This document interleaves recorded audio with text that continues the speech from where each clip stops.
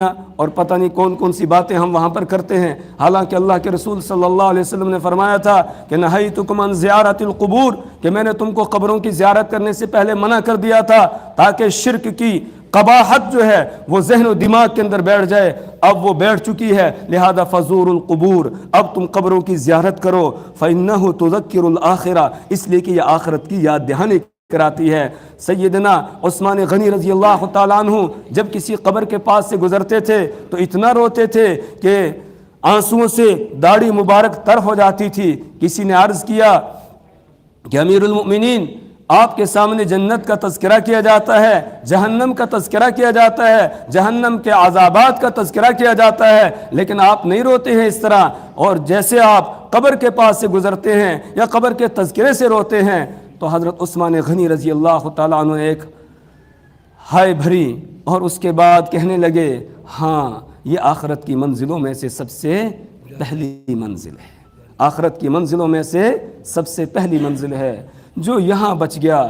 یہاں جس کے لیے آسانی ہوگی آگے اور آسانی ہوگی، اور جو یہاں پھنس گیا، اسی میں پھنس گیا، پہلی چیک پوسٹ پر ہی پکڑا گیا، تو آگے کی منزلیں اس کے لیے اور زیادہ سخت ہوں گی۔ اس لیے کہا کہ قبر کو دیکھتے ہی روتا ہوں۔ تو حضرت براء بن عازب رضی اللہ تعالیٰ عنہ بیان فرماتے ہیں کہ ہم ایسے بیٹھے ہوئے تھے گویا ہمارے سروں پر پرندے بیٹھے ہوئے ہیں، اگر تھوڑے سے ہلیں گے تو وہ اڑ جائیں گے۔ ایک دم رسول پاک صلی اللہ علیہ وسلم نے اپنا سر مبارک اوپر اٹھایا اور آپ فرمانے لگے، ایھا الناس استعیذوا باللہ من عذاب القبر، استعیذوا باللہ من عذاب القبر، استعیذوا باللہ من عذاب القبر، اللہ کی پناہ مانگو عذاب قبر سے، اللہ کی پناہ مانگو عذاب قبر سے، اللہ کی پناہ مانگو عذاب قبر سے، اللہ عذاب قبر سے ہماری حفاظت۔ اس کے بعد رسول پاک صلی اللہ علیہ وسلم نے فرمایا کہ جب کسی مومن کے دنیا سے جانے کا وقت آتا ہے تو کس طرح وہ جاتا ہے، دنیا سے جدا ہونے کا ٹائم اس کا آ جاتا ہے، اللہ کے نیک بندے کا، مطیع اور فرما بردار کا، تو سفید چہروں والے، روشن چہروں والے فرشتے اس کے سامنے اتر کر آتے ہیں، جن کے چہرے سورج کی طرح چمک رہے ہوتے ہیں، اور جہاں تک اس کی نظر جاتی ہے وہاں تک وہ بیٹھ جاتے ہیں۔ اور پھر ملک الموت آ جاتا ہے، اس کے ہاتھ میں خوشبودار کپڑا ہوتا ہے، اور وہ آ کر اس کے سرہانے بیٹھ جاتا ہے، سبز رنگ کا وہ کپڑا ہوتا ہے، اور ایسی خوشبو اس میں ہوتی ہے کہ جیسی خوشبو دنیا میں ہے ہی نہیں، اتنی زبردست قسم کی وہ خوشبو ہوتی ہے، پورے آسمان و زمین کے بیچ کا جو خلا ہے وہ سارا معطر اور خوشبودار ہو جاتا ہے اس کپڑے کی خوشبو کی وجہ سے۔ اور قُلْ يَتَوَفَّاكُمْ مَلَكُ الْمَوْتِ الَّذِي وُكِّلَ بِكُمْ، اب ملک الموت اس کی روح کو قبض کرنے لگتا ہے تو اس کے سامنے وہ سارا منظر کر دیا جاتا ہے، آگے اس کا جو جنت کے اندر مقام ہوتا ہے وہ مقام اس کو دکھا دیا جاتا ہے، وہ محل اس کو دکھا دیا جاتا ہے، جنت کی وہ نعمتیں اور ٹھکانہ اس کے سامنے آ جاتا ہے۔ اس کے بعد اس کی روح بے قرار ہو جاتی ہے جسم سے نکلنے کے لیے کہ میں اس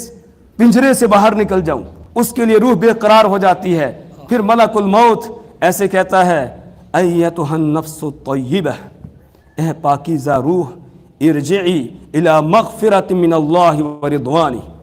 تو اپنے اللہ کی مغفرت اور بخشش اور اس کی رضامندی کی طرف چل۔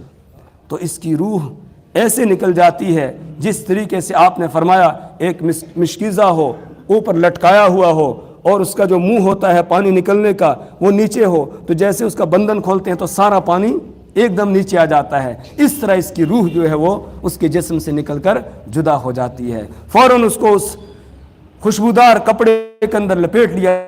جاتا ہے، اور اس کے بعد پھر اس کو آسمانوں کی طرف لے جایا جاتا ہے۔ اس سے آگے انشاءاللہ آئندہ پڑھیں گے۔ آپ حضرات سے درخواست ہے کہ جمعے کے دن تھوڑا جلدی آنے کی کوشش کیا کریں تاکہ ہم کچھ لے کر جائیں، کچھ حاصل کریں۔ میں کوشش کرتا ہوں کہ کوئی بات ہماری سمجھ میں آ جائے، تو اس لیے تھوڑا جلدی پہنچنے کی کوشش کیا کریں، انشاءاللہ فائدہ ہوگا انشاءاللہ اس سے۔ اس سے آگے انشاءاللہ آئندہ پڑھیں گے۔ اللہ تبارک و تعالی ہمیں مرنے سے پہلے مرنے کی تیاری کرنے کی توفیق عطا فرمائے، اپنے نیک بندوں میں اللہ تعالی ہمیں شامل فرمائے۔ اللہ تبارک و تعالی آگے کی ساری منزلیں ہمارے لیے آسان فرما دے، قبر کی منزل، میدان محشر کی منزل، حساب کتاب کی منزل، پل صراط کی منزل، ساری منزلوں کو اللہ آسان فرما دے۔ سبحان اللہ۔